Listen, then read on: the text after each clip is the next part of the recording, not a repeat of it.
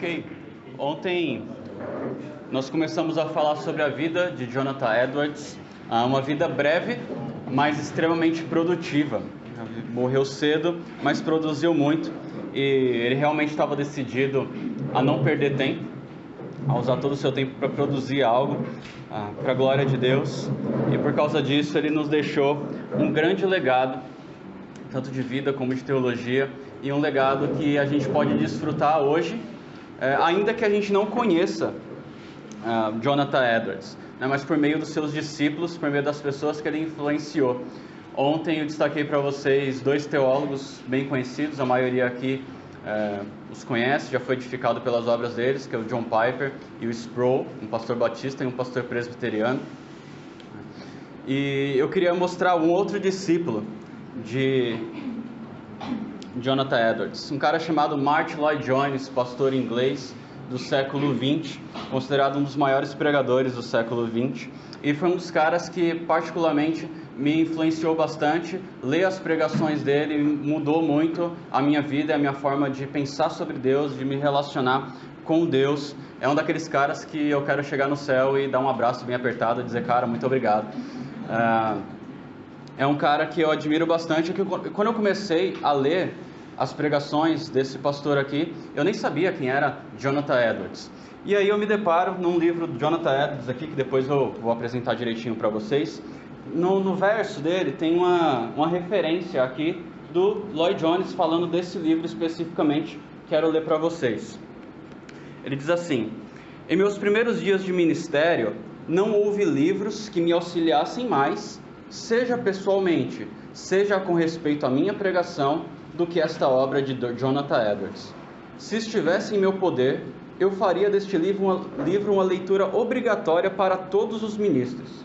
Edwards parece agradar a todos. Realmente ele foi um homem extraordinário.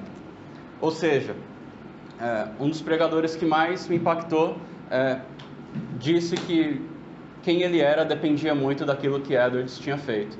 Então às vezes a gente desfruta do legado que Edwards deixou mesmo sem saber dele, mesmo sem conhecê-lo. E aí aqui eu queria abrir um parênteses, queria abrir um parênteses, lembrando que quando a gente pensa em legado, a gente precisa ter cuidado para não cair num orgulho vaidoso, de achar que as pessoas necessariamente precisam lembrar do nosso nome e da nossa história. Provavelmente isso não vai acontecer. Então provavelmente nosso nome e nossa história vai ser esquecido nas próximas gerações. Agora, o legado que a gente precisa deixar é de uma fé bíblica, que seja produzida pelas pessoas em quem Deus coloca ao nosso redor, que seja produzida por meio dos nossos filhos, familiares, de tal modo que lá na frente as pessoas possam desfrutar desse legado de fé, mesmo que elas não façam ideia de quem nós tivemos sido. Pessoal, se a gente não lembrar disso, a gente corre o risco de desejar ter um legado simplesmente para fazer o nosso nome grande, e não o nome de Deus grande. E esse não é o objetivo, não é o propósito de Deus para a gente. A gente acaba caindo num orgulho, numa vaidade. Então, cuidado com isso.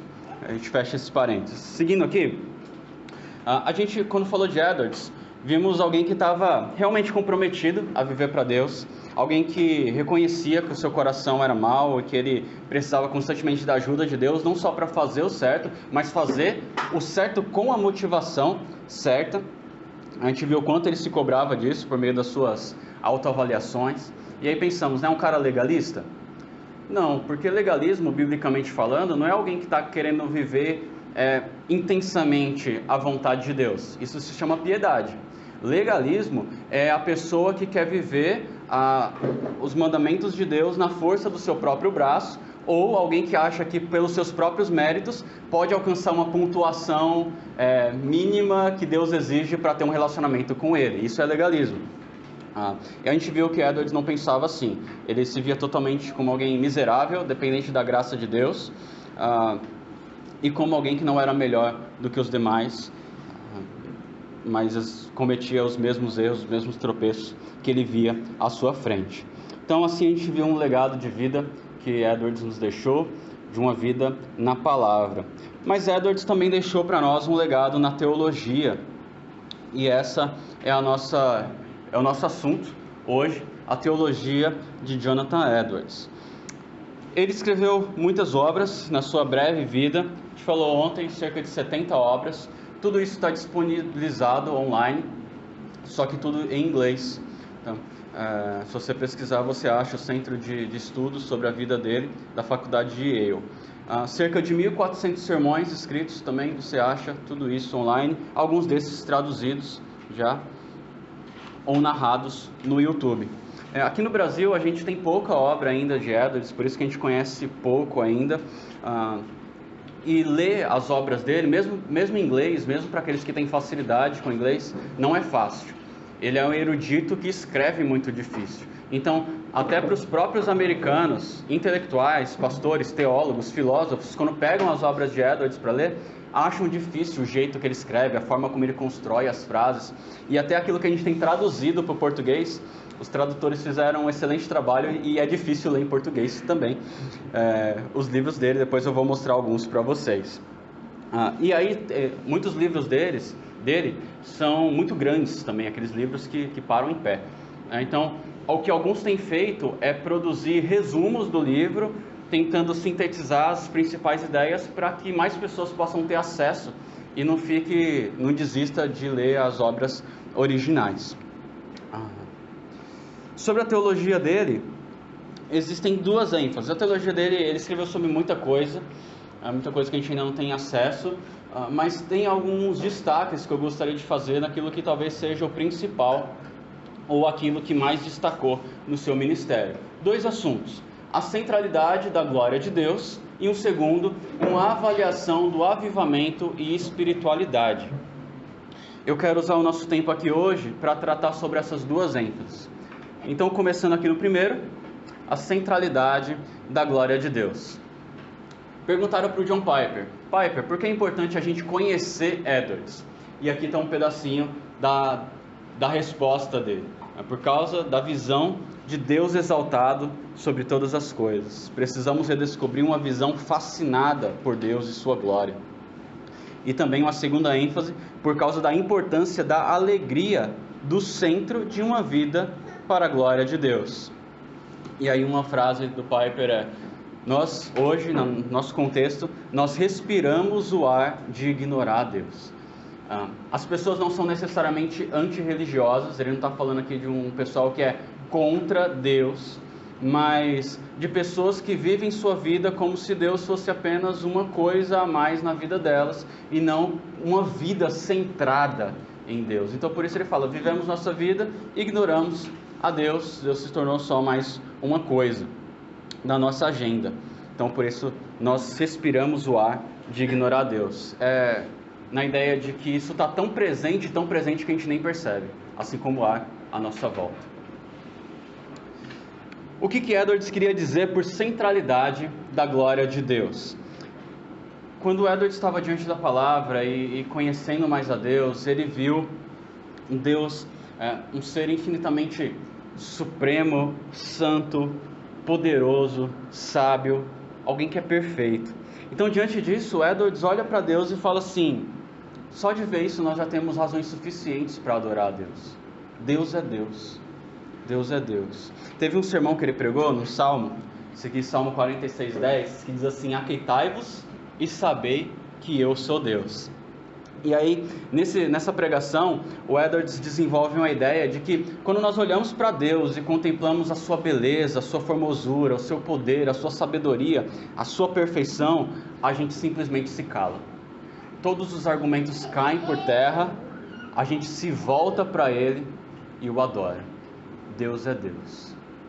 Que todo mundo fique quieto diante dessa verdade. Aquietai-vos e sabei que eu sou Deus. Diante disso, diante desse maravilhamento com a glória de Deus, vai surgir duas ênfases muito importantes. A primeira: a finalidade de tudo que Deus faz é para a sua glória. Por que tudo existe? Por que Deus fez todas as coisas?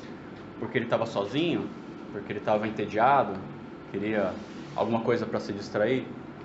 Não, tudo que Ele fez é para a sua glória. Agora, quando a gente fala isso, é um conceito até meio clichê, né? Especialmente se você já é de uma igreja que tem um ensino forte, provavelmente você já ouviu muito isso, né? Fazer tudo para a glória de Deus, Deus quer que tudo seja para a sua glória, mas embora seja um conceito extremamente batido, ainda é extremamente mal entendido. O que significa glorificar Deus? O que é viver para a glória de Deus? É você chegar no culto e falar glória a Deus? É você cantar uma música sobre Deus? O que é glorificar a Deus? A palavra glória está muito relacionada aos conceitos de brilho, de fama, de reputação, ou imagem, ou honra. Então, quando a gente fala assim, Deus quer ser glorificado, o que isso significa? Que Deus quer ser reconhecido, Ele quer que o seu nome seja espalhado, Ele quer que a sua fama se espalhe, e que o nome dele seja honrado, que a imagem dele seja vista por toda a terra. É por isso que a gente vai ver muitos textos na Bíblia dizendo, toda a terra está cheia da sua glória. Deus quer que toda a criação aponte para Ele, aponte para a imagem dele, que toda a criação, que em toda a terra, a atenção seja chamada para Ele. Isso é glória de Deus, a imagem de Deus sendo vista por todo canto. Ou seja, Deus quer ser o centro de todas as coisas. Então, diante disso, o que é viver para a glória de Deus? É viver de tal forma que Deus seja visto em tudo aquilo que nós fazemos, tudo aquilo que nós somos, ou que por meio de tudo aquilo que nós fazemos e somos, a proclamação do Evangelho, do nome de Deus, seja o motivador disso. Inclusive no comer e no beber. Lembra lá de 1 Coríntios 10:31? Quer comais, bebais ou façais qualquer outra coisa, fazei tudo para a glória de Deus. Agora, uma pergunta básica: como que a gente come e bebe para a glória de Deus? Já pensou nisso? Como que você come para a glória de Deus? Já reparou no contexto desse versículo, quando Paulo fala isso? Paulo estava dizendo que ele fazia de tudo, ele se esforçava ao máximo para levar o Evangelho para as pessoas. E que havia alguns contextos em que aquilo que ele comia ou bebia podia ser uma barreira, de tal forma que as pessoas não iam querer ouvir a mensagem. Então Paulo está dizendo, se eu tiver que abrir mão dessa comida ou dessa bebida para que mais pessoas conheçam desse Deus e desse Evangelho, eu vou fazer. Então assim, não importa se é pecado ou não, mesmo que não seja pecado na verdade, mesmo que não seja pecado, comer essa comida. Se for para que Deus seja conhecido, a sua imagem espalhada, o seu nome aclamado, se eu tiver que abrir mão disso, eu abro mão. Ou seja, até comendo e bebendo eu estou pensando na glória de Deus. Essa é a ideia de 1 Coríntios 10:31.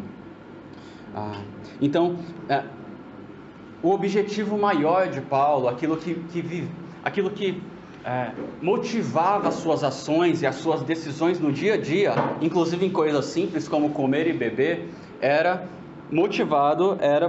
com vistas à glória de Deus, espalhar a glória de Deus por meio do Evangelho, e não simplesmente fazer a sua vontade, ou eu posso fazer qualquer coisa desde que não seja pecado. Ele não estava interessado nisso. Ele pensava, pode até não ser pecado, mas é o que vai mais glorificar a Deus nesse momento, nesse contexto? É isso que eu quero saber, é isso que molda as minhas decisões. Então, por isso, a gente pode resumir a ideia de viver para a glória de Deus em duas frases. Viver para a glória de Deus é viver motivado pelo desejo de que Deus seja conhecido. Ou, uma outra ênfase também dentro do viver para a glória de Deus é viver de tal forma que a imagem de Deus seja vista em nós.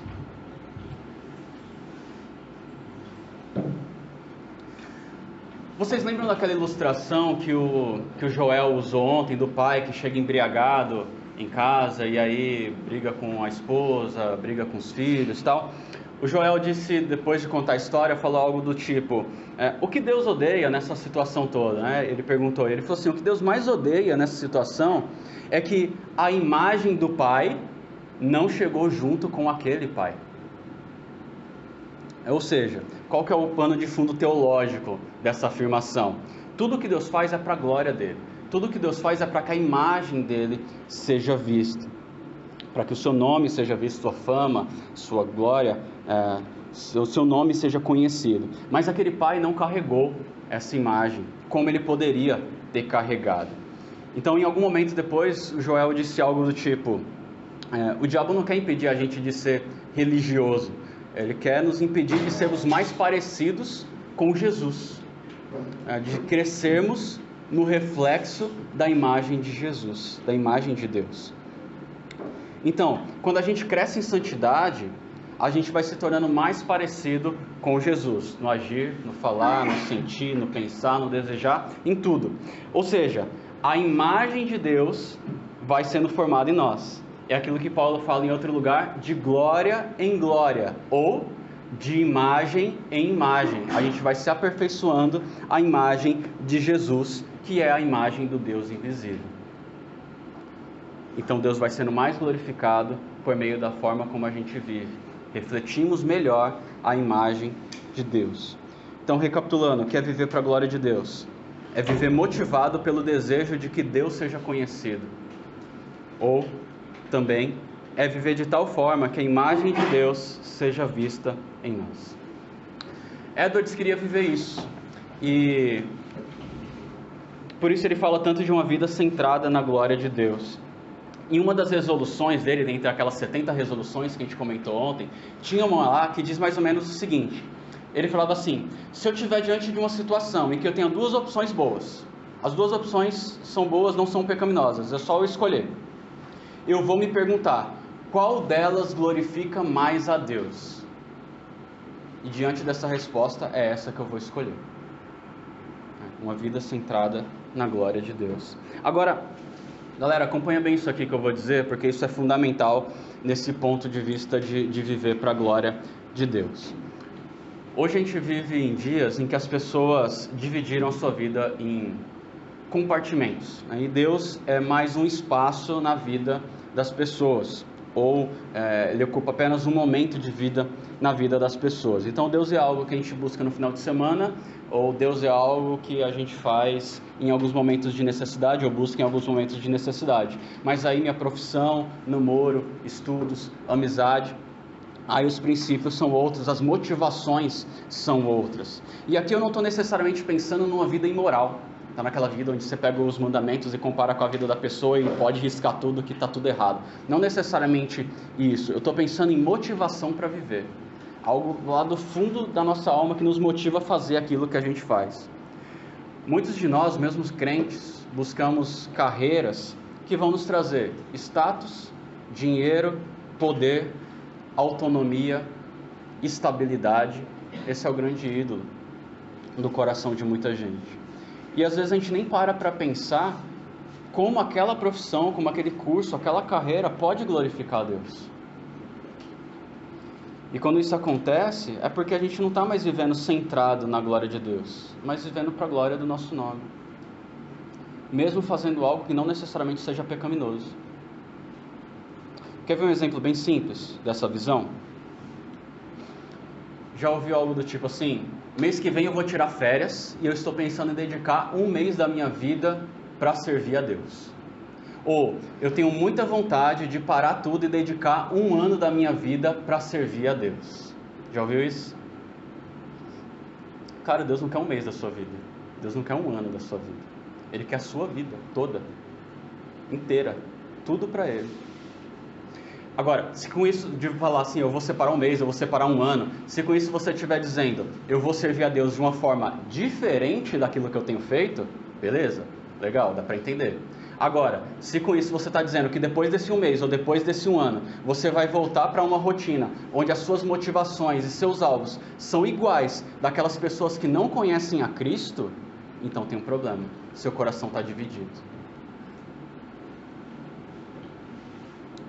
Percebe? Deus se torna uma parte das nossas vidas, em vez de ser a nossa vida, em vez de ser o centro da nossa vida. Edwards queria viver centrado na glória de Deus. Tudo, cada detalhe, aquilo que ele fala, aquilo que ele pensa, aquilo que ele come, tudo para a glória de Deus. Só um detalhe, uma curiosidade dos puritanos. Conta-se que os puritanos, nesse desejo de pensar em tudo para servir melhor a Deus, Fala, por exemplo, que isso influenciava naquilo que eles escolhem para comer num dia antes do culto. O culto lá costumava ser domingo de manhã, então sábado à noite eles comiam uma comida mais leve, porque eles sabiam que se comesse aquela feijoada, domingo de manhã eles iam dormir no culto, eles não iam conseguir estar tão atentos quanto deveriam estar. Então perceba como uma preocupação de até na dieta deles isso influenciar na forma como eles vão cultuar, por exemplo, né, que é uma das formas de glorificar a Deus.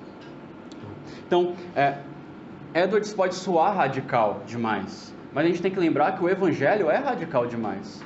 O Evangelho não pede um pedaço de nós. O Evangelho pede que a gente morra para a nossa vontade e viva para Cristo. Tome a cruz, morra para si e siga a Jesus. Isso é radical. E viver com um novo propósito, viver agora para a glória de Deus. Então, dizer que Deus está no centro de tudo é dizer que tudo aponta para Ele e não apenas uma parte da nossa vida. Aí alguns podem olhar para isso e pensar assim: nossa, mas então a vida cristã é um grande fardo, né? Uma grande dificuldade, viver para a glória de Deus em tudo, a gente vai acabar vivendo aquela vida abatida, porque tem que negar a si mesmo, você não pode ter mais os prazeres do mundo e tal, deve ser uma vida sem prazer, uma vida chata. E aí vem uma segunda ênfase muito importante do pensamento de Edwards, da vida centrada na glória de Deus, que é o dever do homem é deleitar-se na glória de Deus. E aí eu quero destacar essa palavra, deleitar-se, sentir prazer. Edwards ensinava que esse conceito, né, de que conhecer Deus, esse Deus glorioso, deveria nos conduzir a buscá-lo e a amá-lo, e quando a gente busca Deus e ama a Deus, nós vamos encontrar nele uma alegria incomparável, uma alegria maior do que qualquer outro ser, outro lugar que a gente possa procurar. E quando nós desfrutamos dessa alegria, nós somos enchidos com essa alegria, isso transborda em nós de uma forma tão impressionante que Deus acaba sendo mais glorificado. Nós buscamos a alegria nele, transbordamos dessa alegria, e essa alegria resulta em gratidão, em louvor, em fé, em amor, tudo apontando para Deus, em resposta dessa alegria que encontramos nele. É aquela frase, talvez conhecida de muitos, do John Piper: Deus é mais glorificado em nós quando somos mais satisfeitos nele. Quanto mais eu me alegro em Deus, mais eu dou glória a Deus. O C.S. Lewis tem uma reflexão bem interessante sobre isso. Ele fala assim que em Deus a gente tem uma alegria muito maior, né, do que qualquer outro lugar, como Edwards falava. E aí Lewis pergunta assim: então por que a gente não busca essa alegria? Por que a gente ainda se volta para o pecado, cede às tentações, cede ao caminho do mundo, ouve a voz do nosso coração? Por que a gente ainda faz isso? E aí Lewis responde: porque nós nos contentamos com pouco, nós nos contentamos com migalhas. O que Edwards queria mostrar é que quando Deus nos chama para viver uma vida centrada na glória dele, Deus está nos chamando para deixar de comer migalhas e participar de um grande banquete. Isso não significa que todos os seus sonhos vão ser realidade, ou que todos os problemas vão acabar, não é isso. Mas significa que a gente desfruta de um grande banquete porque a gente tem Ele. Deus é Deus, e Ele é suficiente. Por isso que Edwards dizia, para fechar esse ponto aqui: melhor seria para o homem jamais conhecer a Deus do que conhecê-lo e não amá-lo.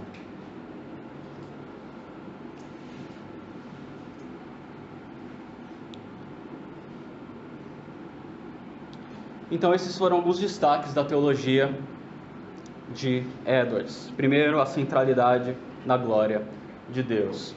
O segundo é uma avaliação de avivamento e espiritualidade. Queria dedicar o nosso tempo agora, daqui em diante, a falar sobre isso.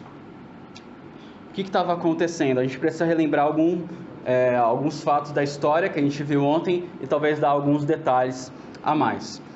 O Edwards viveu um período de alguns momentos de um mover surpreendente de Deus, que ficou conhecido como avivamento, sendo que ele passou por um menor e um maior. O menor foi na cidade dele, nessa data que está aqui, onde o impacto foi mais local, foi mais ali na região. Então o que Edwards notou nessa época? Que os jovens estavam mais interessados em ouvir os conselhos dos líderes, em estudar mais da palavra, em buscar mais a palavra, algo que não era visto com tanta frequência na época. Aconteceu também de algumas pessoas da igreja morrerem. E essas mortes fez com que várias pessoas começassem a olhar para suas próprias vidas e pensar, cara, o que eu estou fazendo na minha vida? E até um despertamento diante disso. Edwards notou também que os cultos estavam mais alegres, mais vibrantes, as pessoas estavam mais amorosas. E curiosamente, Edwards não estava pregando sobre avivamento. Ele estava fazendo uma série nessa época de pregações sobre justificação pela fé. E ele conta que muita gente se converteu nessa época. Só para ter uma ideia de proporção, né? Como assim muita gente? Imagine uma cidade de mais ou menos 5.000 pessoas e dessas 5.300 se convertem. Proporcionalmente isso é muita gente. Isso causa até um impacto na cidade, que é aquela cidadezinha que todo mundo conhece todo mundo. Isso causou um grande impacto. E ele fala que houve uma consciência mais profunda de pecado, da sua própria miséria, da necessidade da graça de Deus. Fala que em alguns isso foi imediato, essa convicção. Em outros foi algo que foi crescendo. As pessoas começaram a se reconciliar, começaram a pedir perdão. Famílias que estavam brigadas há muito tempo se restauraram. Ele conta também que as tabernas da época, que seriam semelhantes aos bares, onde até mesmo os crentes frequentavam, começou a ficar vazio. E aí, porque as pessoas passavam mais tempo em casa, elas estavam mais interessadas em ficar com a família e em estudar a palavra de Deus. E aí tem uma expressão do Edwards, quando ele conta sobre esse tempo, que ele fala assim: todos os dias pareciam domingo. Porque é preciso lembrar também que naquela época, domingo nada funcionava, era uma paz total na cidade. Ele fala, todos os dias pareciam domingo. Pessoas lendo a Bíblia, orando mais, culto nas casas. Esse foi um momento de avivamento local ali. E aí, diante disso, ele escreve um livro contando a história do que aconteceu nesse período, com vários casos, experiências que as pessoas tiveram, pessoas maravilhadas com Deus, pessoas que estavam à beira da morte, mas desfrutaram de uma paz sem explicação. Tudo isso ele vai relatando no livro dele. E aí é interessante o título do livro que ele escreve. Olha só o nome desse livro aqui. Uma narrativa fiel da obra surpreendente de Deus na conversão de muitas centenas de almas em Northampton. Só o livro já dá umas 10 páginas aqui. Ou o título já dá umas 10 páginas. Essa obra fica muito famosa, ela chega até a Inglaterra. E as pessoas começam a ler, isso começa a ser publicado. E aí gerou um grande movimento, porque cada um que lia essa história ficava encantado e começava a avaliar a sua própria igreja. Por que a minha igreja não está assim? O que está acontecendo? Será que a minha igreja está acontecendo um avivamento também? E aí começou um grande movimento. Edwards se tornou famoso também por causa dessa obra. Depois vem o grande avivamento, que é nessa data aqui, 40 a 42, é nessa época que tem aquele famoso sermão, onde as pessoas se agarram nos pilares e clamam pela misericórdia de Deus. Só que aqui não foi somente na cidade de Edwards, isso aqui estava acontecendo em muitas cidades, tem muita gente envolvida, muito pregador envolvido aqui. Só que, com isso, tanta coisa boa acontecendo, também teve seus pontos negativos. Algumas pessoas começaram a exagerar nessa ideia de avivamento. Essas pessoas receberam o nome de entusiastas. Seria o que a gente chamaria hoje de carismático. Então começou a ter muito exagero, o pessoal falando de revelações, visões, desmaios e coisas assim. Por exemplo, só para ter uma ideia de um exagero aqui. Teve uma mulher que, depois de ser impactada pelo evangelho, voltou para casa, pegou o cavalo da família, abandonou marido e filhos e foi viajar pregando o evangelho. E aí, depois o pessoal chamou o Edwards e falou assim, cara, isso é de Deus? Isso é mover de Deus? Tá certo isso? É o Espírito Santo que tá guiando essas coisas? Então, várias outras situações. E aí gerou uma polêmica. Olhando para tudo isso que estava acontecendo, as pessoas perguntavam, é agir de Deus mesmo? E aí Edwards foi chamado para falar sobre isso. A Universidade de Yale chama ele para que ele dê palestras para os líderes, para que eles pudessem entender um pouco mais o que estava acontecendo e o que era de Deus, o que não era. Essa situação aqui ficou bem complicada, porque gerou uma divisão entre os crentes na época. E aí surgiu naqueles dias uma situação que talvez seja difícil da gente imaginar, mas tente fazer um esforço aí. Imagina só, tinha dois grupos. Um cético que olhava para os entusiastas e falava assim: isso não é de Deus, isso é puro emocionalismo, isso é obra do diabo. E aí tinha, do outro lado, os entusiastas que olhavam para os céticos e diziam: vocês nunca experimentaram o agir do Espírito Santo, vocês nem crentes são, bando de sorveteriano. Já viu isso em algum lugar? Consegue imaginar essa situação? Nada novo debaixo do sol, né? Conta-se que naquela época, um dos pastores, desses pastores entusiastas, fez uma pregação e o título da pregação era o seguinte: Os Pastores Não Convertidos, que era uma crítica falando daqueles que eram mais céticos. E aí naquela época, como tudo era escrito, o pessoal fazia cópia e ia compartilhando, né? Não tinha WhatsApp, mas eles davam um jeito lá. E aí, resultado desse movimento, divisão entre o povo de Deus, muita treta. Nesse contexto tumultuado, Edwards vai começar a produzir várias pregações, várias palestras para ajudar o povo de Deus a avaliar o que de fato é agir de Deus e o que de fato é exagero dos homens. E aí uma das principais obras dele nesse tempo é esse livro aqui, A Verdadeira Obra do Espírito, que é baseado em algumas palestras que ele deu na Universidade de Yale. O que Edwards faz? Ele aprova o avivamento, ele concorda que Deus estava movendo ali de uma maneira surpreendente, mas ao mesmo tempo ele refuta os exageros que estavam acontecendo. Então, ele nem foi contra, como talvez os seus colegas mais conservadores, reformados, poderiam esperar, mas ele também achava que havia sinais para se identificar o agir de Deus e sinais que demonstravam que era exagero, era obra de homens apenas, ou pura emoção. Então, o que Edwards vai fazer? Nesse livro, é dividido em 3 partes. No capítulo 1, ele vai refutar várias premissas erradas que os céticos tinham para avaliar o avivamento. Por exemplo, alguns dos pensamentos desse grupo mais cético, tá? mais conservador, digamos assim. Eles olhavam para o grupo dos entusiastas e falavam assim: eles estão falando aí do agir de Deus, experiência com Deus e tal, mas eu ainda vejo muito pecado ali dentro. Tem muita coisa errada acontecendo ali. Edwards olhava para eles e falava assim: é verdade. Agora, você lembra da igreja de Corinto? Aquela igreja era uma igreja de Deus? Deus estava agindo ali, o Espírito Santo estava ali? Então percebe, ele fala assim: havia muitos erros, mas Deus estava agindo ali, havia dons reais do Espírito ali. Aí Edwards fala assim: lembra da Reforma Protestante? Teve muito exagero também. Teve muita coisa errada que não deveria ter acontecido, mas Deus estava agindo ali. Aí alguns céticos olhavam e falavam assim: mas tem pessoas que dizem que tiveram uma grande experiência com Deus e elas mesmas cometem pecados terríveis depois. Aí Edwards olha e fala assim: lembra de Pedro? Lembra lá em Gálatas quando fala que Paulo teve que repreender ele severamente porque o coração dividido? Lembra o que Pedro fez lá? Ele estava comendo com o pessoal que era da incircuncisão, estava lá no churrascão. Aí veio o pessoal, os judeus, que ainda achavam que tinha que se manter firme em várias exigências da lei. Aí Pedro, quando olha, vai se distanciando, chega para os seus amigos judeus e fala assim: olha aquele pessoal lá. E aí Paulo olha para isso e repreende ele severamente, na frente de todo mundo. Ou seja, Pedro era homem de Deus ou não?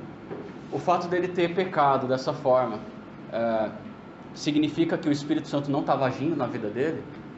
Edwards questiona isso. E aí Edwards vai citar outros exemplos bíblicos para falar que Deus age de formas incomuns também. Deus não precisa sempre agir naquela forma padrão. Aí ele cita Pentecostes. Pentecostes foi um evento surpreendente, algo fora do comum. Foi obra de Deus ou não? Ele questiona para os céticos. Edwards também falava que, assim como quando a gente fica doente, fisicamente doente, é comum que a nossa alma, nosso espírito seja enfraquecido também. Quando a gente está doente, a nossa disposição muda, o nosso ânimo muda, a nossa alegria, às vezes vontade de buscar Deus, mudam. Por que isso acontece? Porque corpo e alma são ligados. Eles não são coisas separadas onde o que acontece com um não toca no outro. Então, quando algo acontece com o nosso corpo, isso influencia no nosso espírito. Edwards falava assim, o oposto é verdadeiro. Quando algo acontece no nosso espírito, pode ter efeitos no nosso corpo. Ele cita o Salmo 32, onde Davi, descrevendo ali a angústia pelo pecado dele, fala assim que os seus ossos pareciam que estavam sendo moídos. Então, Edwards fala assim, se Deus está agindo no espírito de alguém, no coração de alguém, essa pessoa pode sofrer efeitos no seu próprio corpo. Não que isso seja algo necessário, tá? Edwards vai tentar equilibrar isso, mas ele só está falando assim para os céticos, isso que vocês estão observando não é necessariamente uma prova conclusiva de que Deus não está agindo no meio desse povo. Uma curiosidade, Edwards era cessacionista. Cessacionista é aquele que acredita que aqueles dons que a gente vê, por exemplo, lá em Corinto, não continuam mais. Línguas e curas, coisas assim, que pode acontecer pontualmente algumas coisas, mas não mais como dons que uma pessoa venha a ter. Todavia, talvez surpreendendo seus colegas mais conservadores, ele acreditava que o agir do Espírito poderia trazer sinais surpreendentes no meio do povo. Então no capítulo 1 ele faz isso, quebra alguns paradigmas errados. No capítulo 2 ele vai apresentar alguns sinais mais sólidos. Então como que eu avalio esse movimento que está acontecendo? É Deus ou não é Deus? Edwards vai fazer uma exposição em 1 João 4. Se você tem sua Bíblia, abre lá, acompanhe o texto comigo. A gente vai resumir aqui a ideia de Edwards, que é a ideia desse livro aqui. 1 João 4.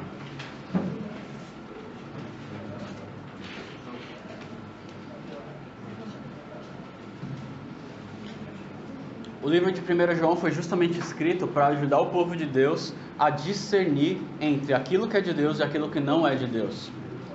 Então, Edwards pega aí 1 João 4, versículo 1.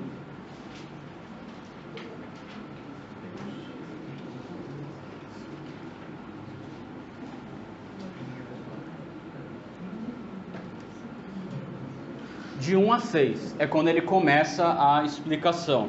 Então acompanha comigo aí na leitura, vou ler aqui na NVI, versículo 1. Amados, não creiam em qualquer espírito, mas examinem os espíritos para ver se eles procedem de Deus, porque muitos falsos profetas têm saído pelo mundo. Vocês podem reconhecer o Espírito de Deus deste modo: todo espírito que confessa que Jesus Cristo veio em carne procede de Deus, mas todo espírito que não confessa a Jesus não procede de Deus. Esse é o espírito do anticristo, acerca do qual vocês ouviram que está vindo e agora já está no mundo. Filhinhos, vocês são de Deus e os venceram, porque aquele que está em vocês é maior do que aquele que está no mundo. Eles vêm do mundo, por isso o que falam procede do mundo, e o mundo os ouve. Nós viemos de Deus, e todo aquele que conhece a Deus nos ouve, mas quem não vem de Deus não nos ouve. Dessa forma reconhecemos o espírito da verdade e o espírito do erro. Fica aí com a sua Bíblia aberta. Olha só, a gente pode resumir aqui a ideia de Edwards, o argumento dele, em 5 sinais. Primeiro deles, sinal de que Deus realmente está atuando: aponta pessoas para Cristo. Isso aí, versículo 2 especialmente, né? Vocês podem reconhecer o Espírito de Deus deste modo: todo espírito que confessa que Jesus Cristo veio em carne procede de Deus. Então aqui, essa ideia de discernir os espíritos aqui é aquela pessoa que vem em nome do Espírito de Deus, que vem com a mensagem, né? Então precisa avaliar isso. E aí João fala aqui que o Espírito que vem de Deus, a mensagem que vem de Deus, sempre vai apontar para Jesus. E Jesus encarnado, né? Jesus em carne. Porque tinha algumas pessoas que até falavam de Jesus, mas como um ser espiritual diferente daquilo que a Bíblia apresenta. Então Edwards vai falar que precisa ser uma fé correta, uma fé segundo a Bíblia apresenta. E aí Edwards fala assim: qual o interesse qual o interesse o diabo teria em conduzir pessoas a Cristo? Qual o interesse o diabo teria em conduzir pessoas à fé no Cristo das Escrituras? Na verdade, o objetivo dele é outro. Então, assim, se algo está acontecendo em que está sendo promovida a fé no Cristo encarnado, isso, Deus está agindo aqui. Um segundo sinal: dá ouvidos ao Espírito ou palavra e não ao mundo, conforme aí os versículos 4 e 5. Ele vai dizer: filhinhos, vocês são de Deus e eles venceram, porque aquele que está em vós é maior do que aquele que está no mundo. Eles vêm do mundo, por isso o que falam procedem do mundo e o mundo os ouve. Então o que Edwards argumentava assim: se aquele grupo que a gente está observando está se desencantando pelo mundo, se desencantando pelo pecado e buscando a Jesus, buscando uma vida de santidade, cara, isso só pode ser agir do Espírito Santo. Que interesse o diabo teria nisso? E aí um terceiro sinal ligado a esse é a consideração pela Escritura, como diz aí no versículo 6, que aquele que é de Deus nos ouve. Ou seja, aquele que é de Deus ouve a palavra de Deus, ouve a palavra dos apóstolos, ouve a Escritura. Então, de novo, que interesse o diabo teria em fazer com que as pessoas desejem conhecer a Escritura, desejem conhecer a verdade? Se isso está acontecendo, é agir de Deus. E aí, um quarto ponto ainda ligado a essa ideia, reconhecendo a verdade da palavra. Então, não só o interesse em conhecer, mas uma vez que conhece, crê nela, crê nessa palavra. E um quinto e último ponto, que aí não está no versículo 7, um versículo que a gente não leu. Alguém poderia ler o versículo 7 bem alto, por gentileza? Amados, amemos-nos de vós, pois o amor procede de Deus. Aquele que ama é nascido de Deus e conhece a Deus. Ok, e aí na sequência vai falar aqueles textos bem conhecidos, né? Se você diz que ama a Deus, mas não ama seu irmão, você está mentindo. Então, Edwards vai colocar esse como o último ponto e o principal sinal: o amor a Deus e o amor ao próximo. Até porque ele vai falar assim: de que adianta dizer que crê em tudo isso, mas não tem um fruto, né? Pelo fruto que você conhece a árvore. Então, de que adianta dizer que crê no Cristo encarnado, mas não amar a Deus, não amar ao próximo? Então, Edwards pregava que o agir do Espírito Santo precisava resultar em uma vida de devoção e de serviço, amor a Deus e amor ao próximo. Então, a conclusão dele, em resumo, é o seguinte: se tudo isso aqui tivesse presente, mesmo que houvesse pecados a serem tratados, mesmo que houvesse exageros, Deus estava agindo. Agora, se nada disso estivesse presente, mas tivesse emoção, grito, gemido, desmaio ou qualquer outra coisa assim, cara, isso é exagero, isso é coisa do coração do homem. Não tem nenhum avivamento acontecendo. Então nota que Edwards destacou aquilo que é essencial, não são coisas fantásticas, dramáticas, é o básico, aquilo que se espera que alguém experimente ao ter um encontro com Deus. Então nessa obra aqui, nesse livro, ele vai exortar os dois lados que estavam divididos. Para os céticos, eles vão dizer: olha, cuidado para não limitar o poder de Deus, cuidado para não se opor à obra do Espírito Santo, algo que ele entendia como ser o pecado imperdoável. E aí, para os defensores do avivamento, para os entusiastas, ele vai falar assim: cuidado também para vocês, quando forem defender o agir do Espírito Santo, não fazer isso de uma forma carnal, que acaba dando mau testemunho e prejudicando o Evangelho na nossa cidade. E aí ele lembra assim, lembre que homens podem se enganar na avaliação que eles fazem. Então ele exorta esse pessoal ao estudo da Bíblia, para biblicamente poder avaliar aquilo que está acontecendo entre eles. Depois disso, Edwards vai publicar mais uma obra sobre o assunto, considerada a principal obra dele, a mais citada, e essa é a última obra que eu quero falar com vocês, que é esse livro aqui, Afeições Religiosas. Foi traduzido para o português há não muito tempo, pela editora Vida Nova. A tese básica desse livro: o verdadeiro agir de Deus na vida de uma pessoa gera necessariamente uma transformação, está errado aqui, mas uma transformação de suas afeições, direcionando-as para Deus. Então, algo que Edwards vai colocar como o fator assim, mais decisivo é o que ele chama de afeições. O que são afeições? Muita gente traduz como emoção, mas não é a ideia de emoção. Envolve emoção, mas não é emoção. A emoção é algo mais superficial. As afeições, de uma forma muito sintetizada aqui, Edwards fala que são inclinações e vontade da alma. É a parte mais profunda do seu ser. É aquilo que a Bíblia chama de coração ou da mente. O encontro com Deus transforma o mais íntimo nosso, de tal forma que antes, a gente que vivia amando a si mesmo, agora nasce em nós um desejo, uma inclinação da alma em direção a Deus. Isso não significa que o sujeito vai ser perfeito, mas que agora ele tem algo nele que o leva, que o conduz, que o atrai para Deus. Nesse livro aqui, o texto base dele são pregações também. O texto base que ele vai desenvolver é 1 Pedro 1,8, está projetado aqui, que diz assim: mesmo não tendo visto, falando de Jesus, né? Mesmo não tendo visto a Jesus, vocês o amam. E apesar de não o verem agora, creem nele e exultam com alegria indizível e gloriosa. Então esse tipo de postura é o que Edwards vai falar de afeições transformadas. Em resumo, a ideia é que alguém que experimenta o agir de Deus na vida não vai mudar só a sua prática religiosa, ela vai mudar interiormente, ela vai mudar no mais profundo do seu ser, que é aquilo que ele chama de afeições. Então, por isso ele vai enfatizar tanto a alegria em Cristo, o querer estar com Deus, o amar a Deus, ou o desejar a Deus. Só uma observação, lembra qual que é o nome do ministério do John Piper? Desiring God, desejando a Deus.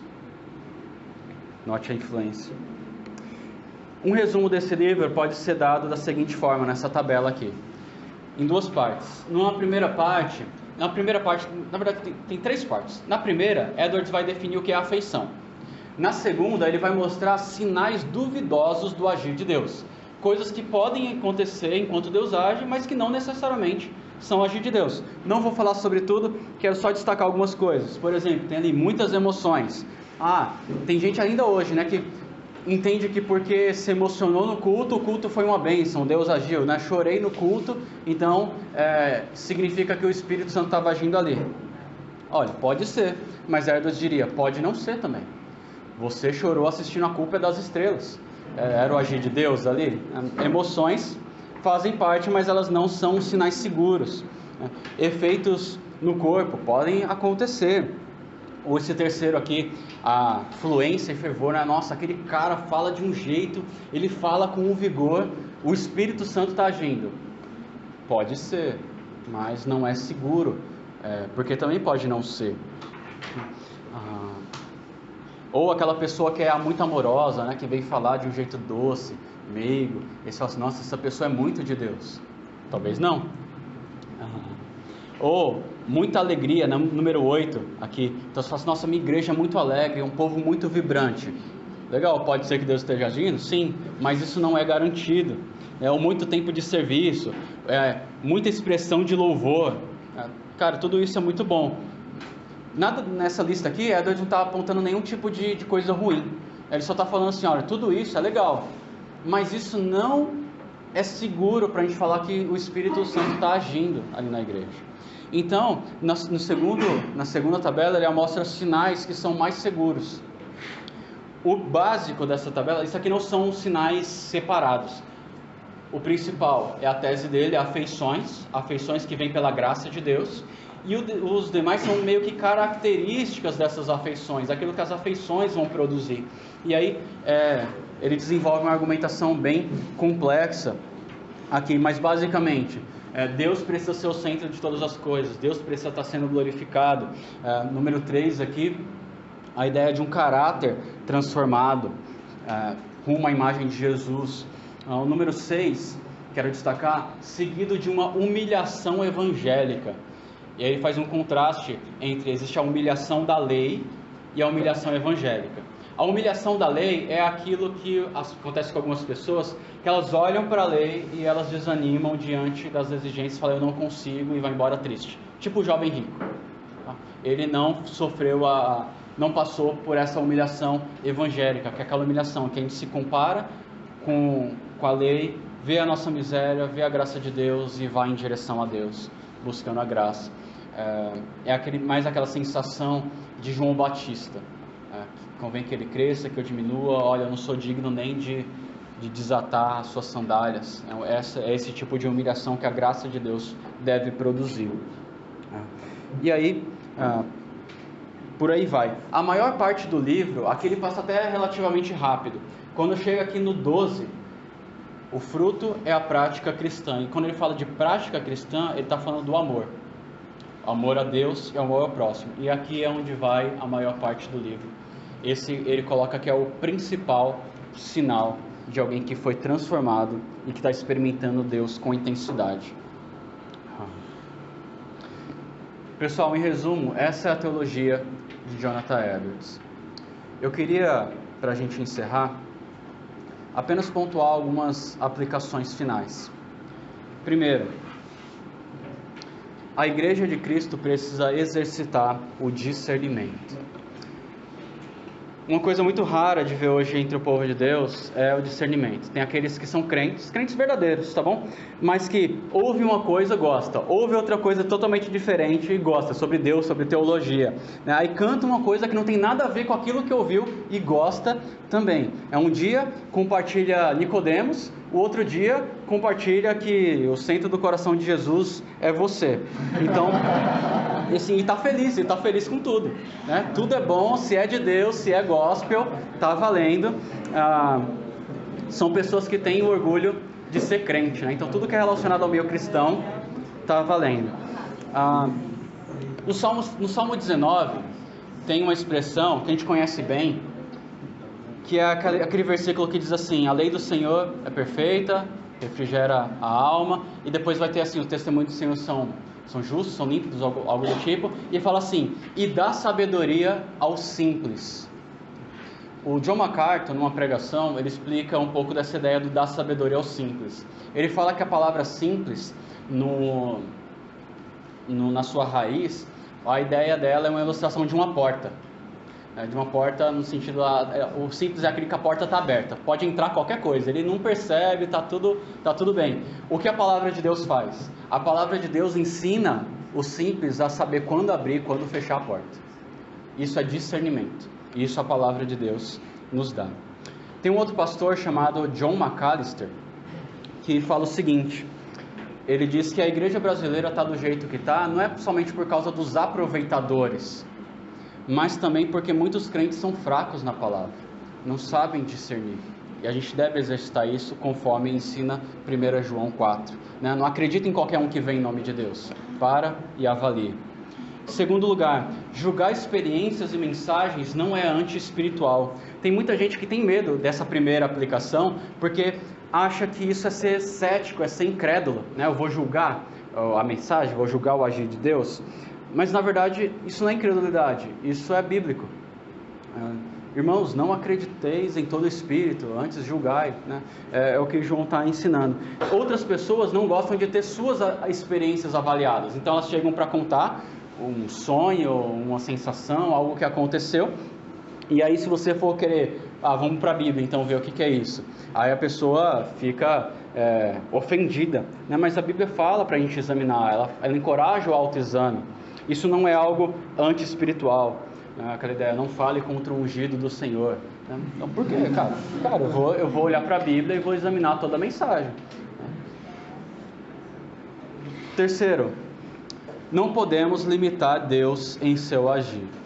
Deus pode fazer coisas fora do padrão da normalidade. Mesmo havendo ali pecados naquele grupo, mesmo havendo problemas que precisam ser tratados, sempre foi assim. Mas Deus pode estar agindo de verdade. Então Deus não é um Deus domesticado. Ele age como Ele quiser. Então, se não fere as Escrituras, por que ser tão resistente? Esse era o questionamento que Edwards encorajava. Só porque não é comum na minha tradição? Cuidado com isso. Penúltimo, não podemos promover avivamentos.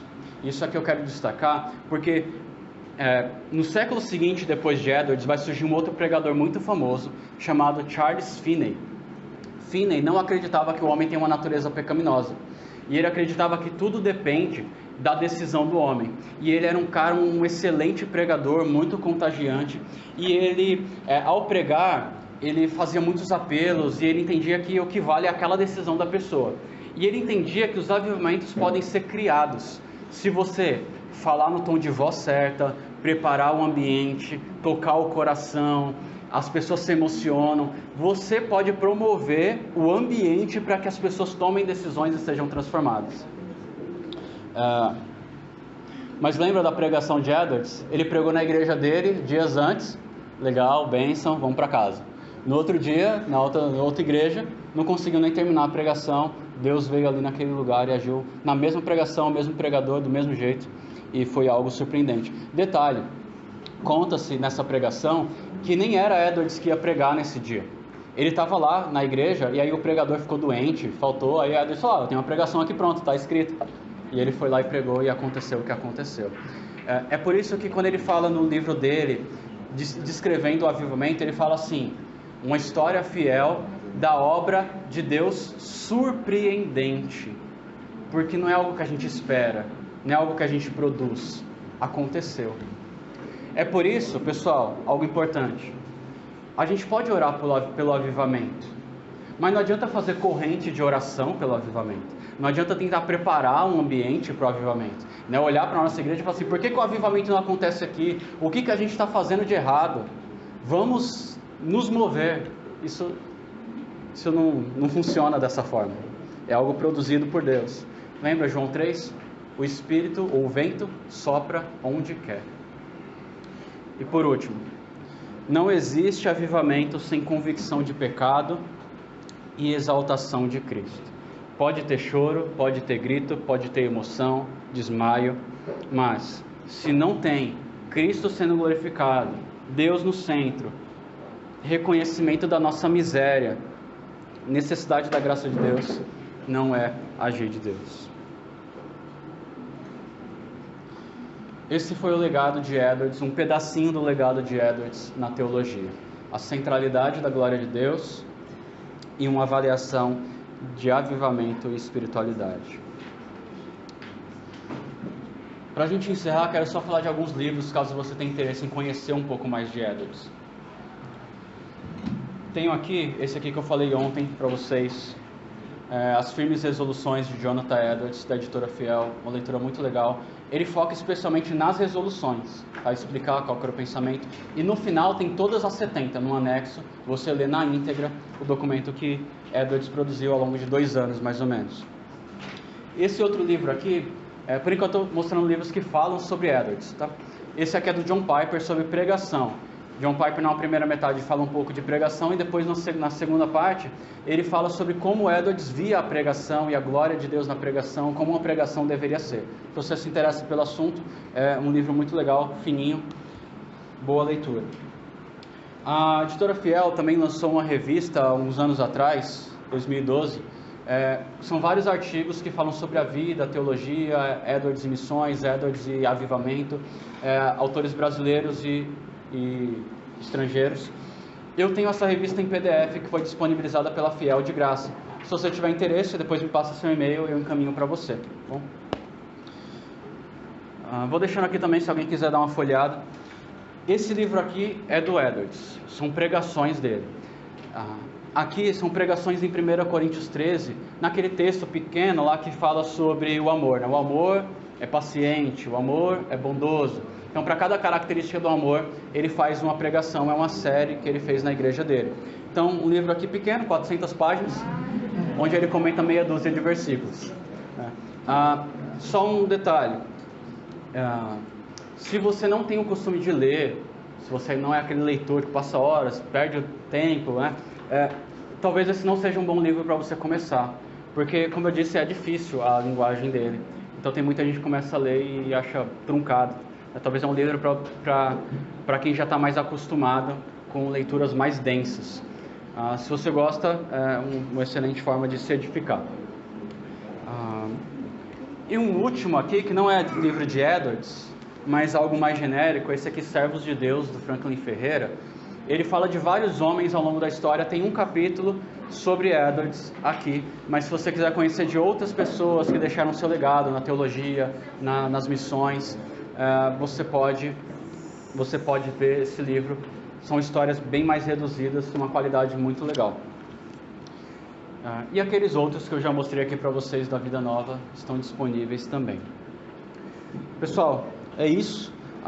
Eu espero que esse tempo tenha sido edificante para vocês. Para mim foi um prazer poder compartilhar da vida e da teologia desse cara que começou a me edificar mesmo quando eu não o conhecia, né? Então, qualquer coisa eu estou à disposição. Se você quiser tirar alguma dúvida, não vai dar tempo para a gente fazer agora. Quero só orar e aí a gente está dispensado para o nosso almoço.